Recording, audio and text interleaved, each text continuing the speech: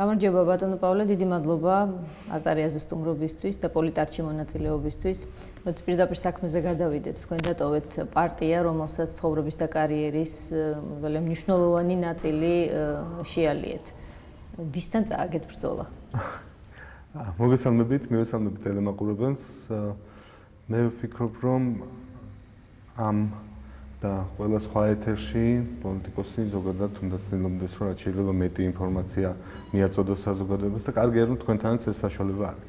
თუმცა ეხლა კითხვა ესე რომ ბრძოლა წააგეთ, მე არ ვფიქრობ რომ ბრძოლა წავაგეთ, მე ვფიქრობ რომ ბრძოლა გრძელდება, ჩვენი პოლიტიკური მოწინააღმდეგე რჩება იგივე.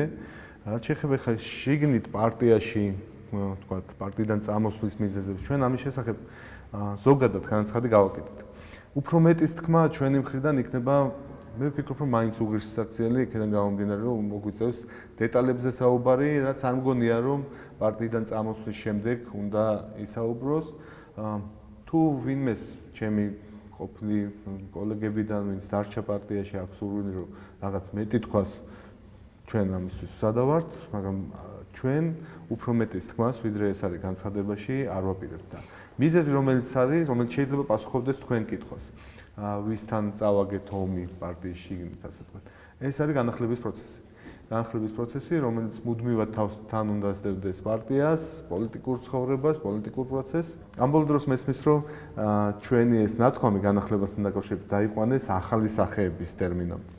რა თქმა უნდა, ჩვენ როდესაც საუბრობდით იმაზე, რომ ახალი განახლება უნდა მოხდეს, ახალი სახეები უნდა მოხდეს, არ საუბრობთ მხოლოდ იმაზე, რომ ფიზიკურად ახალი სახე ყოფილიყო, ან თქვათ არ მიწევს ჩემი მეგობარი გოგა ხარშიძე, გოგა ხარშიძეს პლაჟე გაეპარსა და ახალი სახე იქნებოდა ის, ხო? ამას არ გულისხმობდით. დიახ, ჩვენ გულისხმობდით ახალ იდეებს, ახალ სისხლს პარტიაში, რაც მნიშვნელოვანი იყო, ახალ ადამიანებს, რომლებსაც ახალი ენერგია და ახალი ცოდნა ექნებოდათ.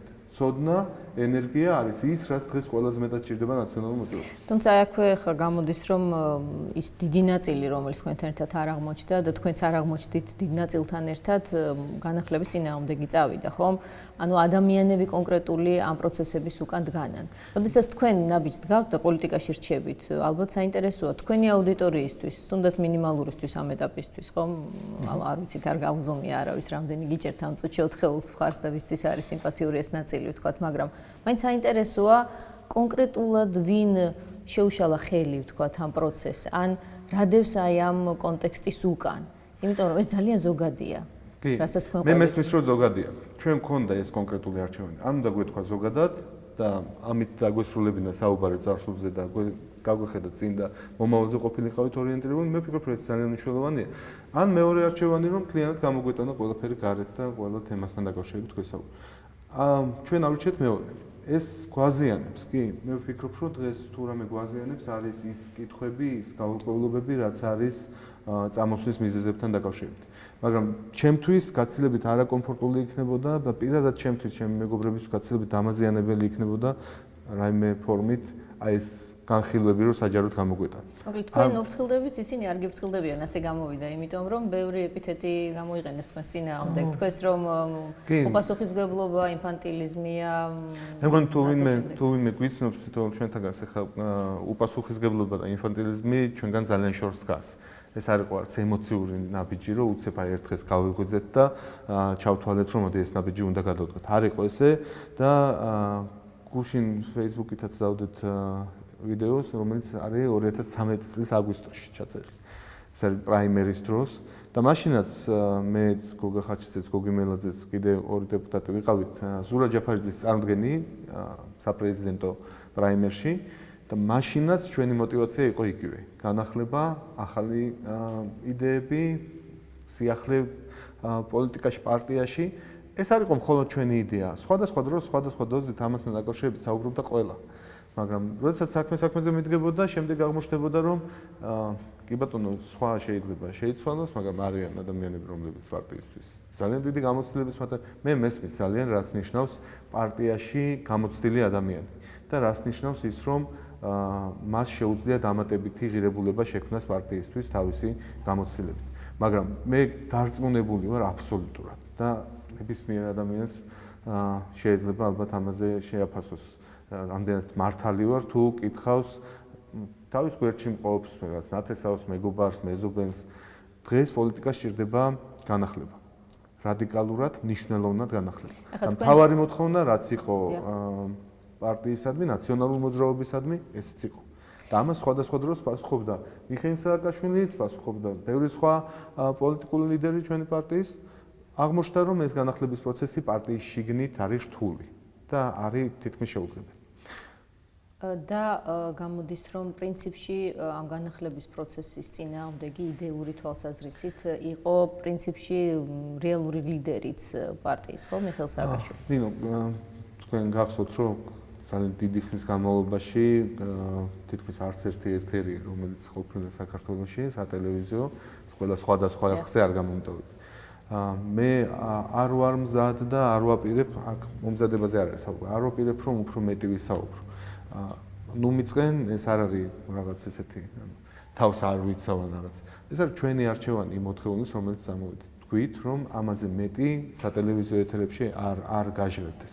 ყველამ ყველაფერი ძალიან კარგად იცის. პარტიაში დარჩენილმა, პარტიის ლიდერებმა, წევრებმა, იმ ადამიანებმა, რომლებიც ხარს გვიჭერენ, გამოხმაურებენ, მე არ შევჩერდები ხა იმ გამოხმაურებებზე, რომელიც მოდის და როდის უნდა გადადგმულიყო ეს ნაბიჯი რა, უბრალოდ არ გავჩერდები ამას.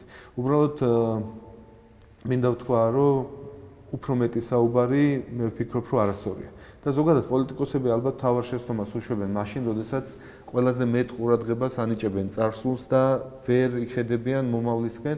მე ვფიქრობ, რომ ეს შეცდომა ჩვენ შემთხვევაში არ განმეორდება. აი ეს რა ტიპის პოლიტიკური ხელოვნებაა, როდესაც თქვენ ახლა ნაბიჯს დგამთ, დეტალურ განმარტებებს არ აკეთებთ, გასაგებია, ზოგად სივრცეში რჩებით და თან ამბობთ, რომ ცენტრს ქმნით პოლიტიკურს და თან არაპირებთ, რომ მანდატებისთვის იბრძოლოთ. აი რა ტიპის პოლიტარტია ახლა ეს თუ შეგიძლიათ გითხრათ? კი, შემიძლია რომ ვთქვა.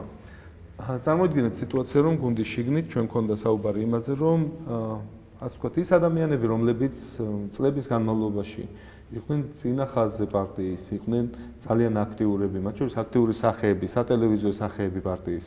ეს ადამიანები უნდა იყვნენ, ასე ვთქვათ, ცოტა უფრო მეორე პლანზე და წინ უნდა წამოიწიოს ახალმა სახეებმა, ახალმა იდეებმა, ახალმა შესაძლებლობებმა. ეს თქვენს ძველი სახე იყო. ხო, ზუსტად მაგით, მანდ მივდივარ მინდა.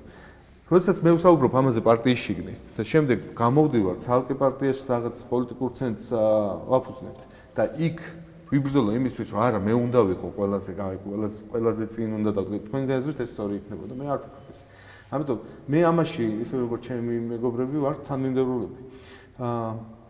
დიახ, ჩვენი მიზანი იყო ახალი სახეებისთვის, ახალი ცოდნისთვის, ახალი შესაძლებლობებისთვის რაღაც სივრცის შექმნა და ეს სივრცე ნაციონალურ მოძრაობაში არის მცირე. ამიტომ ჩვენ ვხსნით ახალ სივრცეს, სადაც შეიძლება ძალიან ბევრი ადამიანს რომ ჩვენი გამოცდილება შეგვიძლია გამოვიყენოს მხოლოდ იმისთვის, რომ ამ ადამიანებს მივცეთ მეტი შესაძლებლობა. დიახ, მანდატის სათმობას ამ ეტაპზე არ ვაპირებთ მარტივი მიზეზის გამო.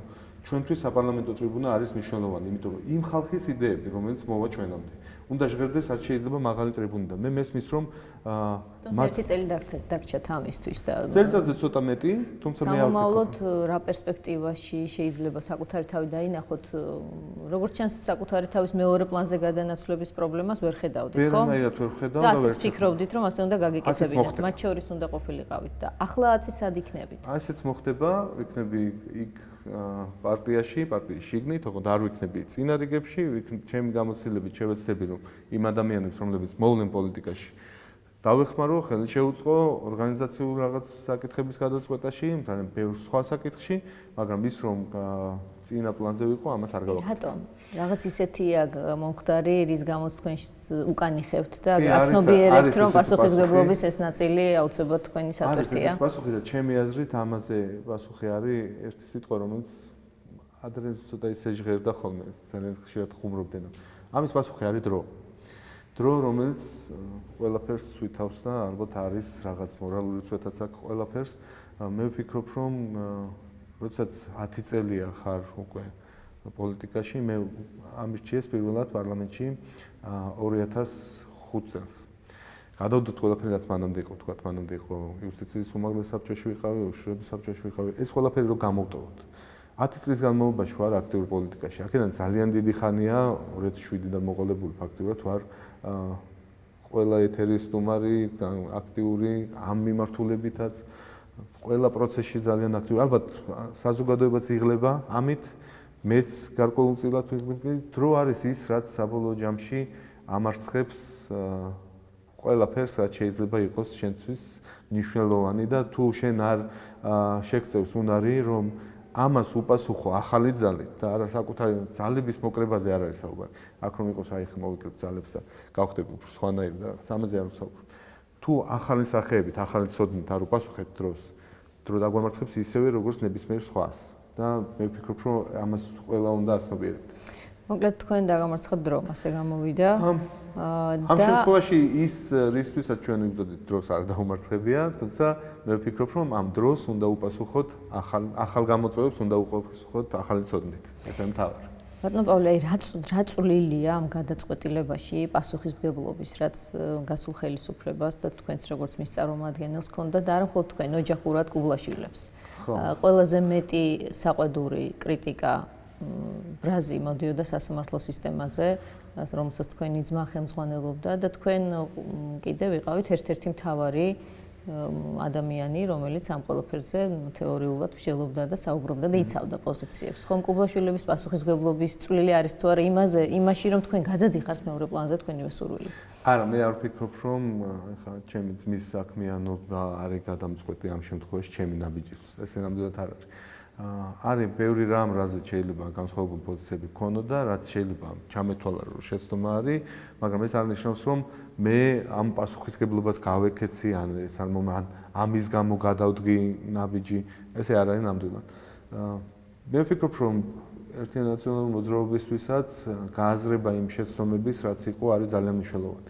მაგრამ ეხა გარეთ გამოსული ადამიანისთვის, რომელიც აღარ არის ნაციონალურ მოძრაობაში, რაღაც საუბარი იმაზე, რომ აი ხა ჩამოვხვლი შეცდომებს, რომელიც დაუშვით და რის გამოც წამოვიდა. უპასუხისმგებლობა იქნებოდა ეს. მე მგონი ჩემი კოლეგებიც თუ დაფიქრდებიან, მიხვდებიან ინფანტილურობაში და უპასუხისმგებლობაში, აი ამ ტიპის ნაბიჯები უფრო ჩაითვლებოდა. ამიტომ მე არ ვფიქრობ, რომ რაღაც კი მესმის. ესეც არის საჯარო პოლიტიკის ტვირთი არის სწორედ ეს, რომ რაღაც მითი იქმნება, მათ შორის მითი კუბლაშვილების შესახებ და ეს მითი რაღაცნაირად თანგს დევს შემდეგ მთლიან პერიოდის განმავლობაში. მე არ ვფიქრობ, რომ რაიმე ასე ვთქვათ, განსაკუთრებული ტვირთი იყო ჩემთვის ჩემი ძმის საქმიანობა უზენაეს სასამართლოში. მე ვფიქრობ, რომ მან ძალიან ბევრი რამ გააკეთა სასამართლო სისტემაში, ძალიან ბევრი რამ გააკეთა და კი, რა თქმა უნდა, იყო პრობლემა იყო უშუალოდ დამოუკიდებლობის ხარისხთან დაკავშირებით. ამას რომ მოიტანს, ისე როგორც რომ მოიტანა ეს, რომ შეიცვალა განწყობები სასამართლოს დამმართველობაში. ნახოთ როგორ იქნება. ყოველ შემთხვევაში მე ვისურვებდი, რომ იმ ადამიანებს, ვინც დღეს არიან სასამართლო ხელისუფლებაში, უარი არ ეთქვათ იმაზე, რაც გაკეთდა ბოლო წლების განმავლობაში სასამართლოსთვის, სასამართლოს დამოუკიდებლობისთვის, ინსტიტუციური დამოუკიდებლობის პირველ რიგში, თუ შეძლებენ რომ გააუმჯობესონ, რა თქმა უნდა, ეს იქნება მხოლოდ კარგი. თუ შეძლებენ რომ უფრო მაღალ ხარისხზე აიყვანონ დამოუკიდებლობა სასამართლოსი, ეს იქნება მხოლოდ კარგი. მე ამას მხოლოდ მივესალმები და ამას ძალიან დიდი გულისხმობით და ასე ვთქვათ, კეთილი სურვილებით დავაკვირდები. თვითონ ბატონ კოტესთან თუ გქონიათ ხოლმე საუბარი, დეტალებს რა თქმა უნდა ვერც გითხავთ და არც მეტყვით ალბათ ძალიან რომ მოვიდაო, მაგრამ აი ესეთ რთულ შემთხვევებზე როგორც იყო თქვათ გირგვლიანის საქმე, რაც პირდაპირ სასამართლო სისტემას ეხებოდა, როგორც იყო არაერთი, რა ვიცი, ზერეკიძე იყო ძალიან ცნობილი საქმე და ასე შემდეგ და ასე შემდეგ. მე და კოტეს ზოგადად ძალიან ასე ვთქვათ, მცირე დრო გქონდა ხოლმე ურთიერთობის გამომდინარე იქიდან, რომ ორივე რაღაც ჩვენი საქმით ვიყავით დაკავებული, რეალურად ესეთი ოჯახური შეხვედრებიან რაღაც იყო ძალიან მცირე, ამიტომ ნამდვილად არ იხარჯებოდა ეს რო იმაში, რომ რომელიმე კონკრეტული საქმე, რომელიც განიხილებოდა სასამართლოში ჩვენი მსჯელობის საგანი ყოფილიყო, ან რომელიმე კანონ პროექტი, რომელზეც მე ვმუშაობდი კოტეს მხრიდან რაღაც. ეს ნამდვილად არ ყოფილა და მე არ ვფიქრობ, რომ რაღაც ეგეთი ტიპის ურთიერთობები უნდა გქონოდა. ნამდვილად ვერ გადავიდოდი კოტე ჩემთვის ყოველთვის უფრო მეტად მნიშვნელოვანი პიროვნება იყო, ვიდრე უზენაეს სასამართლოს თავმჯდომარე. სწორედ ამიტომ ვკითხულობ, რთული პერიოდები რომ ქონდა, თუ ვკითხულობთ, კი, გულშემატკივრობდი მას, მე მინდოდა რომ ყველა იმ ნაბიჯში, რომელიც მის მიერ იყო გადადგმული, ყოფილიყო წარმატებული, მაგრამ კიდე ერთხელ ხას ვუსვამ, ის ჩემთვის არ იყო და არც არ იქნება არც ყოფილი არც მოქმედი უზენაესი სასამართლო თავმჯდომარე. ჩემ ძმაზე არ საუბრობ ამიტომ. ესე იგი, მოდით ერთხელ კიდევ ვიკითხავ აი მას დასაზუსტებლად. თქვენს ნაბიჯში წვლილი არ აქვს, თქვათ, იმის გააზრებას, რომ რაღაცა ნაციონალურმა მოძრაობამ გააკეთა ისეთი, რის გამოც თქვენ მათთან ყოფნა აღარ გინდოდათ. წარსულს არ ეხება. ეს გადაფასება არ იყო. უბრალოდ მომავალზე ვეღარ შეთანხმდით, ამაზეა საუბარი, ხო? აქ საუბარი არ არის იმაზე, რომ ჩვენ ხა გვინდა, რომ ის პასუხისგებლობა მოვიხსნათ, რაც აქ ნაციონალურ, რა თქმა უნდა, არა. მე ისეთივე ძალიან აქტიური წევრი ვიყავი, ბევრი ადამიანისგან განსხვავებით, თქვა, ვინც დღეს დარჩა ნაციონალურ მოძრაობაში. ამიტომ ტვირთი ამ პასუხისგებლობის, რა თქმა უნდა, მეც მაქვს. აქ საუბარი არ არის წარსულზე, კიდე ერთხელ ხას ვუსვამ. გადაწყვეტილების მიზეზი იყო განახლების აუცილებლობა. და როდესაც ამ განახლების აუცილებლობაში სხვადასხვა პოზიციები ვერ შეჯერდა, აქედან გამომდინარე იქნა მიღებული გადაწყვეტილება, რომ ყოფილიყო შესაძლებლობა იმ ტიპის განახლების, რაც მნიშვნელოვანია პოლიტიკური პროცესისთვის. ამ შემთხვევაში ჩვენ მიერ ეს ნაბიჯი არ გადაიდგმებოდა. ნუ შეაფასებთ ამ ნაბიჯს ისე თითქოს რაღაც პასუხისგებლობა იქ დავტოვეთ და ჩვენ გავთავისუფლდით ამისგან და წამოვიდეთ. არა, ნამდვილად, მე არ ვაპირებ, რომ რომელიმე იმ ნაბიჯზე, რომელიც გადადგმული იყო ხელისუფლების მიერ, ჩემი ხელისუფლებაში ყოფნის დროს უარი ვთქვა, ან თქვა, რომ ეს კი რა თქმა უნდა არის რაღაცები, რაც მიმაჩნია, რომ შეცდომა არის, რაც მიმაჩნია, რომ არასწორი იყო, რაც უკეთესად შეიძლებოდა გაკეთებულიყო, მაგრამ ეს არ ნიშნავს, რომ მე არ ვიყავი გულწრფელი მაშინ, როცა თქვენ ეთერებში მაგალითად ვკამათობდი რაღაც საკითხებთან დაკავშირებით. თქვენ და გულწრფელი ვიყავი და მე ეს არ ნიშნავს იმას, რომ წამოვედი იქედან და ეხლა უკვე როდესაც იგივე ეთერში, იგივე თემასთან დაკავშირებით მექნება მსჯელობა, რაღაცაზე ვიტყვი, რომ ეს არის ცუდი ხალხის გაკეთებული, რომელიც იქ იყო, თორემ მე ვიყავი, არა, მეც ისეთივე ვიყავი, როგორც ბევრი ის ადამიანი, ვინც პოლიტიკურ ელემენტები თქვათ ამასთან არ ახლავს. შეუძლებელია არსებობდეს ხელისუფლება, რომელსაც არ ექნება სინანულის ელემენტი. შეუძლებელია. ვერც ერთი ის ადამიანი, რომელიც არის დღეს ნაციონალურ მოძრაობაში ან იყო ადრე ხელისუფლებაში, ვერ გეტყვით, რომ ის რამეს არ ნანობს. ადამიანი რაღაც დაცლილი უნდა იყო მეხსიერებისგან, რაღაცისგან, გრძნობებისგან, რომ ეს არ ქონდეს. რა თქმა უნდა, არის თავარი არის სხვა რამ. ძირითადი ღირებულებები ის რაც იყო ნაციონალურ მოძრაობაში, ის რაც სახელმწიფო მშენებლობას უკავშირდებოდა. ამასთან მიმართებაში სინანული გააქვთ თუ არა. მე ვფიქრობ, რომ ის რაც ნაციონალურ მოძრაობამ შეძლო წლების განმავლობაში და ქართული სახელმწიფოს შექმნაში ძალიან დიდი აგურის დადება. ეს თავარი რაც არის მნიშვნელოვანი. და ამ ნაწილში მე არ მგონია, რომ რაღაც განსაკუთრებულ სინანულზე უნდა ვისაუბრო. პირიქით გონია, რომ ეს იყო სწორი. რა თქმა უნდა, სინანული არის სხვადასხვა საკითხებთან დაკავშირებით, მაგრამ ეს არ არის, ასე ვთქვათ, ამ შემთხვევაში გადამწყვეტი, რის გამოთაც ეს ნაბიჯი შეიძლება გადამდგა. ნაციონალური მოძრაობა საქართველოში პოლიტიკაში სივრცეში პირველი პრეცედენტი, როდესაც პარტია არ გაქრა პოლიტიკურ ასპარეზზე არჩევნებში დამარცხების შემდეგ. ახლა რა პროცესია, თქვენ როგორ ფიქრობთ? მაშინ, როდესაც მიხეილ სააკაშვილი მოულოდნელად ალბათ უმეტესობისთვის, შესაძლოა თქვენთვისაც ტოვებს სივრცეს და ყოველ შემთხვევაში ინაცვლებს სხვა სივრცეში. მაშინ, როდესაც პარტიაში სერიოზული ფიგურები ამბობენ იმას, რასაც თქვენ ამბობთ. სხვა შორის პრემიერი ამბობს, რომ იქ კიდე შიგნით 3 ჯგუფიაო და დაშლის მოლოდინი მოქმედ ხელისუფლებას გაგრძელებს. ჩემი შეფასება არც პრემიერთან მიმართებაში არ შეცვლილა, მე ვფიქრობ, რომ ის მოწყვეტილია რეალობას. თუმცა აი ხა მაინტერესებს პროცესი ხომ არ მიდის ისე ვიკითხე, რომ ნაციონალური მოძრაობა ნელ-ნელა შესაძლოა გაქრეს რუკიდან. ვერ გეტყვით, ეს არის დამოკიდებული იმ ადამიანებზე, რომლებიც დღეს არიან ნაციონალურ მოძრაობაში. ჩვენ გქონდა შეფასებაში რამოდენიმე ამოცანა ჩამოწერილი, რომელთან დაკავშირებითაც იყო, ერთი იყო, რაც ნაციონალურ მოძრაობამ წარმატებით შეძლო, ეს არის ის, რომ გადააბარა ხელისუფლება მშვიდობიანი გზით. მეორე იყო ის, რომ გადარჩა როგორც პარტია, მიუხედავად წნეხისა, მიუხედავად ეწოლებისა, მიუხედავად ძალიან ბევრი პრობლემისა, რაც იყო და ამაში ხა თუ ვინმე გაიხსენებს. ჩვენ ვიყავით წინარიგებში ყოველთვის, როცა ბრძოლა იყო კონკრეტულად იმისთვის, რომ ნაციონალური მოძრაობა გადარჩენილიყო. და ვერავინ ვერ დამაბრალებს, ვერც მე, ვერც ჩემ მეგობრებს, რომ რომელიმემ აი ამ ბრძოლაში თავი დაზოგა ან გვერდით გაიწია.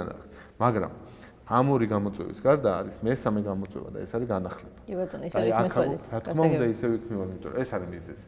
რაც შეეხება იმას, რა მოხდება. შეიძლება თუ არა ნაციონალური მოძრაობა რომ გადარჩეს როგორც პოლიტიკური ძალა, იყოს ძლიერი. დღესდღეობით, რა თქმა უნდა, ეს არის მთავარი პოლიტიკური ოპონენტი დღევანდელი ხელისუფლებისთვის. მე ვიტყოდი მაინც რომ მანამ ვიდრე ახალი პოლიტიკური ცენტრი ჩამოყალიბდება. ესეთი ამბიცია გააქვთ? რა თქმა უნდა, გვაქვს ამბიცია, რომ ვიქნებით ოპოზიციაში, ვიქნებით ძალიან ძლიერები, ვიქნებით იმ ღირებულებების, რასაც დასავლური ღირებულებები ქვია და მე ვფიქრობ, რომ გაცილებით მეტი მიღწევა შეგვეძლება ახალი ცოდნით, ახალი სახეებით, ვიდრე იმით, რომ აი თქვათ შენარჩუნებაზე და მონოლითურობაზე იყოს ორიენტირებული. თავარი პრობლემა ჩემი აზრით ეგ არის. მონოლითს ხანდახან უნდა ამჯობინო რაღაც სიახლეები და განახლება და ახალი სისხლი. ბატონო პავლე, ახლა ამ წუთში ნაციონალურ მოძრაობაში ვინ იღებს გადაწყვეტილებებს? არის პოლიტსაბჭო, არის შესაბამისად დივნები, ამაზე ეხლა თუ რამე კონკრეტული კითხვა გაქვთ ნაციონალურ მოძრაობას, მეგონია რომ ჯობია რომ ყოფნის დროს თქვენ ჯერ კიდევ ეს ბოკერია იქ მაინც ფიქრობთ რომ წარსულზე უფრო უნდა ვილაპარაკო. არა, მე მაგალითად ვფიქრობ რომ ეს თქვენც არ წარსული, მაგრამ ამორჩევლის იმ ნაწილისთვის თქვენც მოგცათ ხმა ნაციონალური მოძრაობისით, ალბათ ძალიან საინტერესო ეს დეტალები. იგივე ციხეში მყოფთა გავლენა ამ წუთში გადაწყვეტილებებში რამდენად სოლიდურია, იგივე ოდესის გუბერნატორი რა როლს თამაშობს ამ პროცესებში. ნინო, მესმის თქვენი ინტერესი და მესმის მაყურებლის ინტერესიც ამ საკითხებთან დაკავშირებით ხანდახან არის ხოლმე რომ აი რაღაც კულუარული დინებები ან მითები ან კონსპირაციის თეორიები უფრო საინტერესო არის მაყურებლისთვისაც, ჟურნალისტისთვისაც შესაბამისად, იმიტომ რომ ჟურნალისტი პასუხობს მაყურებლის მოთხოვნას, მაგრამ მე არ ვაპირებ რომ ამ თემებზე რაღაც განვრცობილად ვისაუბრო. არ მგონია რომ ეს იყოს მთავარი. თავარი არის ის რა ხედვა და რა გეგმები აქვს პარტიას. ამიტომ შიგნით როგორ გადალაგდება, ვინ იქნება გადაწყვეტილების მიმღები, ვინ იქნება აქტიურად ჩართული, ვინ იქნება ნაკლებად აქტიური. ეს ფიქრობ ნაკლებ მნიშვნელოვანია. ერთი შევიძლებო რაც დამრჩა, ნამდვილად არის ის, რომ პოლიტიკურად თქვენ ფიქრობთ, რომ 4-ეული წამოსვლით გადარჩით. მეტი პერსპექტივა გაქვთ. არ ფიქრობ ესე რომ გადავრჩით. იმიტომ რომ ეხლა ესე რომ შევხედოთ თქვენ იცნობთ ახლა პოლიტიკურ 4-ში ამ შემთხვევაში შემავალ თითოეულ პიროვნებას